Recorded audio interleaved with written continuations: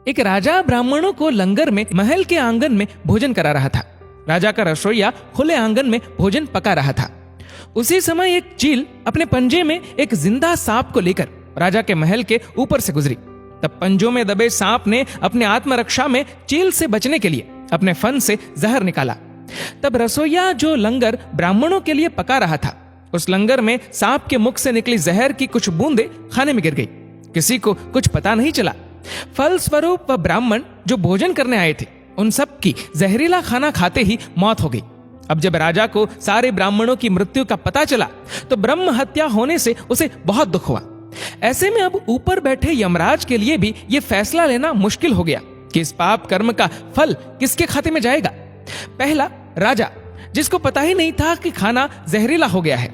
दूसरा, रसोइया जिसको पता ही नहीं था कि खाना बनाते समय वह जहरीला हो गया है।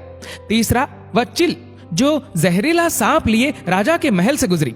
चौथा, या वह सांप जिसने अपनी आत्मरक्षा में जहर निकाला। बहुत दिनों तक ये मामला यमराज के लेखे जोखे में अटका रहा। फिर कुछ समय बाद कुछ ब्राह्मण राजा से मिलने उस राज्य में आए और उन्होंने किसी महिला से महल का रास्ता पूछा।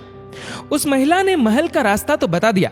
रास्ता बताने के साथ साथ ब्राह्मणों से यह भी कह दिया कि देखो भाई, जरा ध्यान रखना, वह राजा आप जैसे ब्राह्मणों को खाने में जहर देकर मार देता है।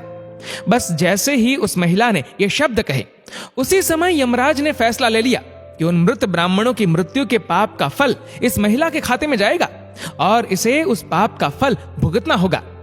यमराज के दूतों ने पूछा, प्रभु ऐसा क्यों, जबकि उन मृत ब्राह्मणों की हत्या में उस महिला की कोई भूमिका भी नहीं थी। तब यमराज ने कहा कि भाई देखो, जब कोई व्यक्ति पाप करता है तब उसे बड़ा आनंद मिलता है, पर उन मृत ब्राह्मणों की हत्या से ना तो राजा को आनंद मिला, ना ही उस रसोइये को आनंद मिला, ना ही उस सांप को आनंद मिला और ना ही उस चील को आनंद मिला।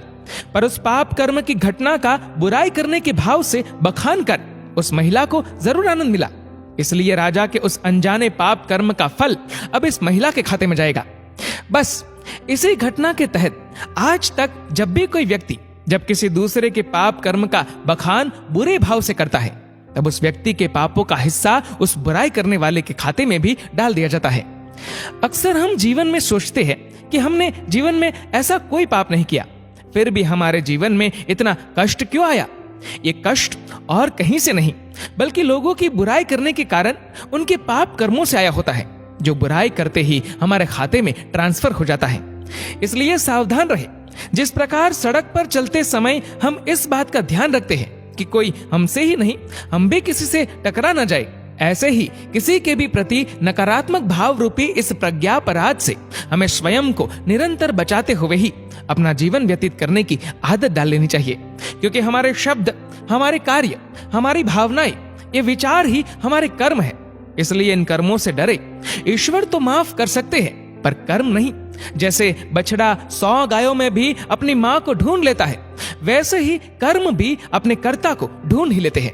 दोस्तों, इस वीडियो को लेकर आपकी क्या राय?